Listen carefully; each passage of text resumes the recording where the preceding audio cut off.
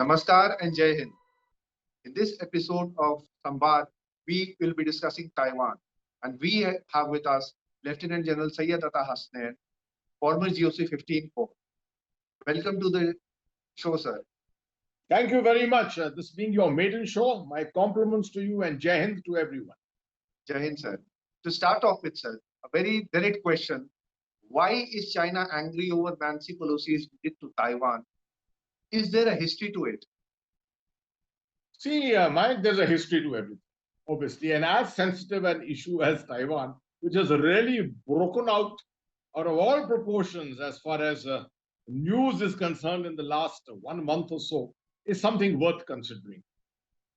The basics are, of course, we can make it as complex as you want. But to try and simplify it for our viewers, the simplest way to look at it is by stating that this is essentially a war of ideologies, a war of communism against the democratic capitalist system. Now, we realize the Second World War ended with a victory of the democratic capitalist system. But shortly thereafter, you found the world at war again, a virtual Cold War. And this time it was the ideology of communism, which was rising. We saw it in Europe through the Soviet Union. We saw it happening in the Far East, primarily because the Chinese Civil War had resulted in the defeat of the Kuomintang, Chiang Kai-shek's Kuomintang, and the victory of Mao Zedong's People's Republic of China. That is the PLA and the People's Republic of China.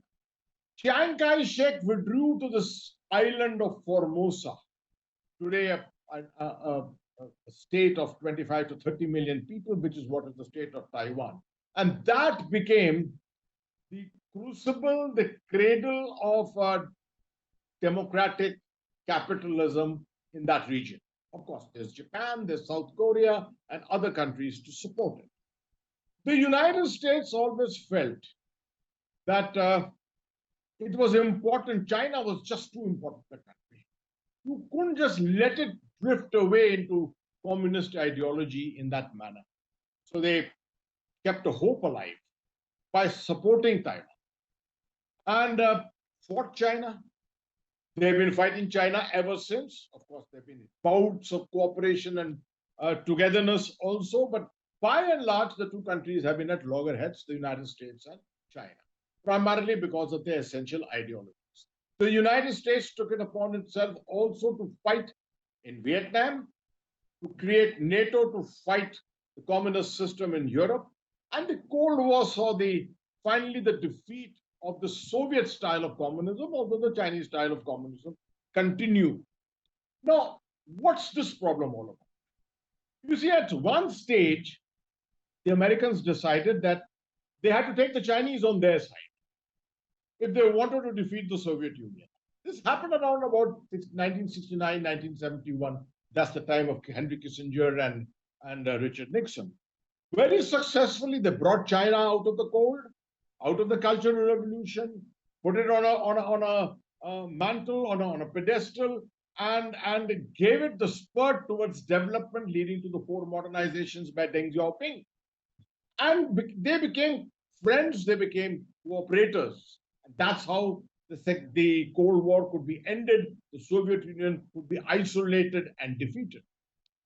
But now came the problem how to deal with Taiwan and how to deal with China. The United States in due course recognized China. They did not de-recognize Taiwan, but they recognized China. And this is where the whole issue comes up. They have diplomatic relations with China, no diplomatic relations with Taiwan, formal diplomatic relations with Taiwan as such. But they strongly believe that the American credibility is contingent upon their continuing to support Taiwan, which has become a tiger on its own, an economic tiger on its own, and always retaining the hope that through the Taiwanese route, they can still hope to be able to convert China. But China has gone far beyond. This is all the belief of the American deep state, essentially the belief of the American deep state. What has now happened, to cut it really short, is that Nancy Pelosi is one of those hardcore elements of the American deep state who believes in countering China's rise. And China is rising, as you know. China is challenging the United States, is challenging the world. The United States is attempting to set up all kinds of structures in the Indo-Pacific to prevent the rise of China, which is not such a friendly rise as we are aware. Nancy Pelosi decided to go to Taiwan where no one had gone since 1997. Coincidentally, it was also the speaker, Newt Gingrich, who went in 1997, and it is now in 2022 that Nancy Pelosi decided to visit. An official visit is almost like a recognition of a state. And that was conveying to the world that the United States continue to support Taiwan, continue to fight the fight against communism. While it was doing business with China, it continued to believe that Taiwan had a right to exist. Now, this is what is to the irritation of China. China believes that there is only one China, there cannot be two Chinas, and that Taiwan has no right to exist. A time will come in due course when China feels that Taiwan will have to integrate into the mainland China. The time may not have come yet. This happened with Hong Kong also, and prematurely you have seen how they have virtually integrated Hong Kong well before the completion of the 50-year agreement with the United Kingdom. So the Chinese were unhappy because their plans of the domination of the Indo-Pacific, their plans towards the progressive rise of China are all being hindered by this psychological imposition of a visit, which is sending signals to the world that China can still be, you can cock a snook at China and get away with it. Yeah. So you spoke of the Taiwan becoming an economic superpower. We all know that there is a huge amount of technology which has, the upliftment they have done with the technology. So do you see this as one of the reasons as to the Chinese being apprehensive of the rise of Taiwan as a technological superpower? Mike, this is a paradox actually. On one hand, the Chinese are hugely benefited by this fact that Taiwan is becoming a superpower for technology, particularly in the field of semiconductors, and in fact, almost the entire Chinese industry, electronics industry, is supported by this rise of Taiwan in the semiconductor industry. But the Chinese would always prefer it that this becomes an integrated part of the Chinese economy, and the semiconductor industry itself is integrated into China's mainland. That is what they would prefer. But yes, your exact question, there is a degree of apprehension that the Taiwanese could be a superpower unto themselves. Now, I think the best example, if you want to see around the world, is the example of Israel. 9 million people, the kind of technologies that they have created, the kind of miniaturization that they have achieved, the world is always in awe of them. Now, this is exactly what is happening in Taiwan. And this is what the Chinese would not be very happy to see happening at their doorstep, particularly in view of the fact that around this region of East Asia, there exists Japan, which in itself is a technological superpower.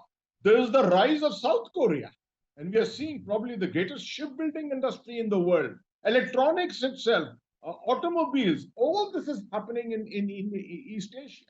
And integration of this complete region and then the development of ASEAN, all with the support of the Americans, is not something that the Chinese should be very happy to see progress. You were speaking about how basically the United States helped China grow as an economic superpower and come into the world. But what we see, sir, Nancy Pelosi comes to Taiwan, gives a message of solidarity with the Taiwanese people, kind of a diplomatic recognition from the United States. She goes back, and the United States insists on their one China policy. So there are conflicting signals which coming out of Washington. So do you see a lack of clarity policy-wise from the United States vis-a-vis this region? See, Mayank, there is a tactical aspect to this whole thing. to my mind, and many may not agree with me, I think the Nancy Pelosi visit was done for a purpose. And the purpose was the dwindling support for the Democrats at the hustings in the United States, and we are coming in for elections in the month of December.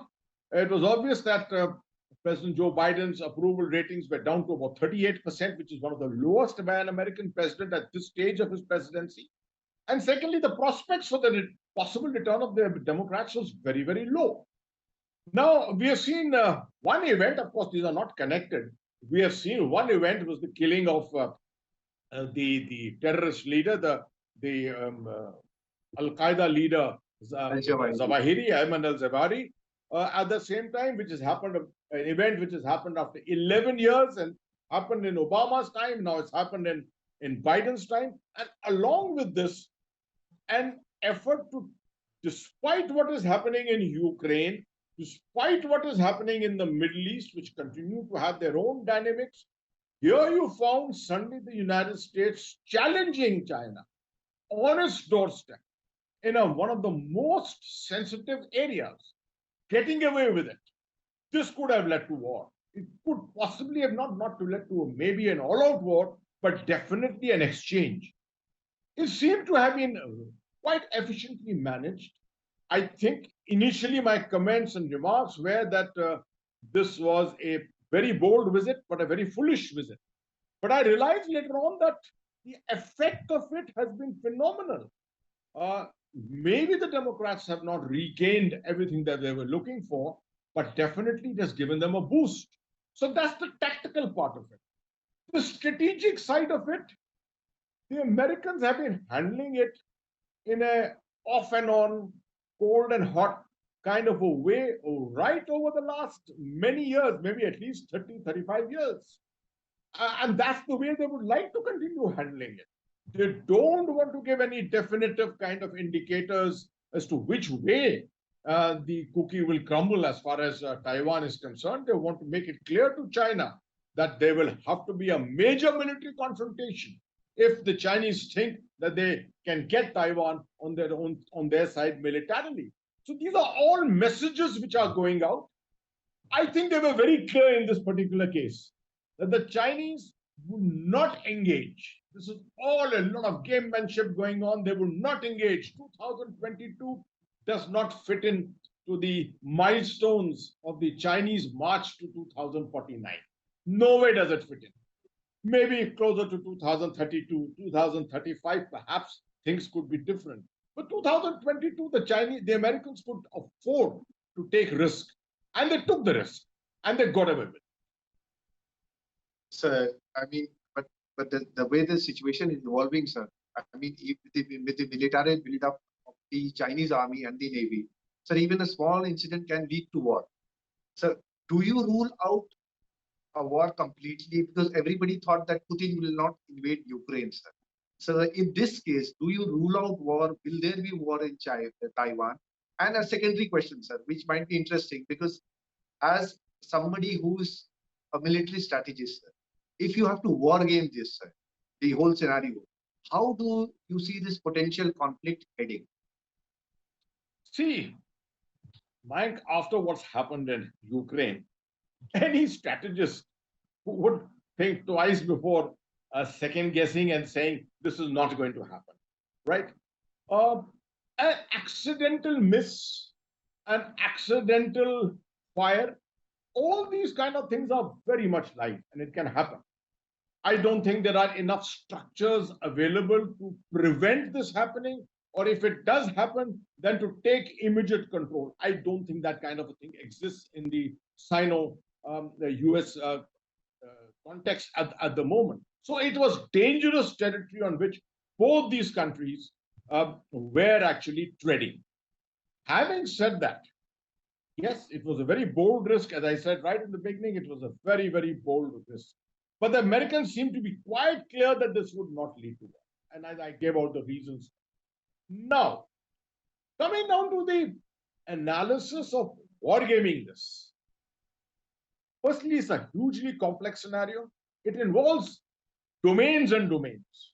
Domains of military war fighting in different ways. It includes space, it includes the cyber domain, it includes the naval surface domain, the subsurface domain, it includes the domain of missilery and rocketry. The one area which is probably the lowest in terms of significance, importance at this stage is my own area of land warfare.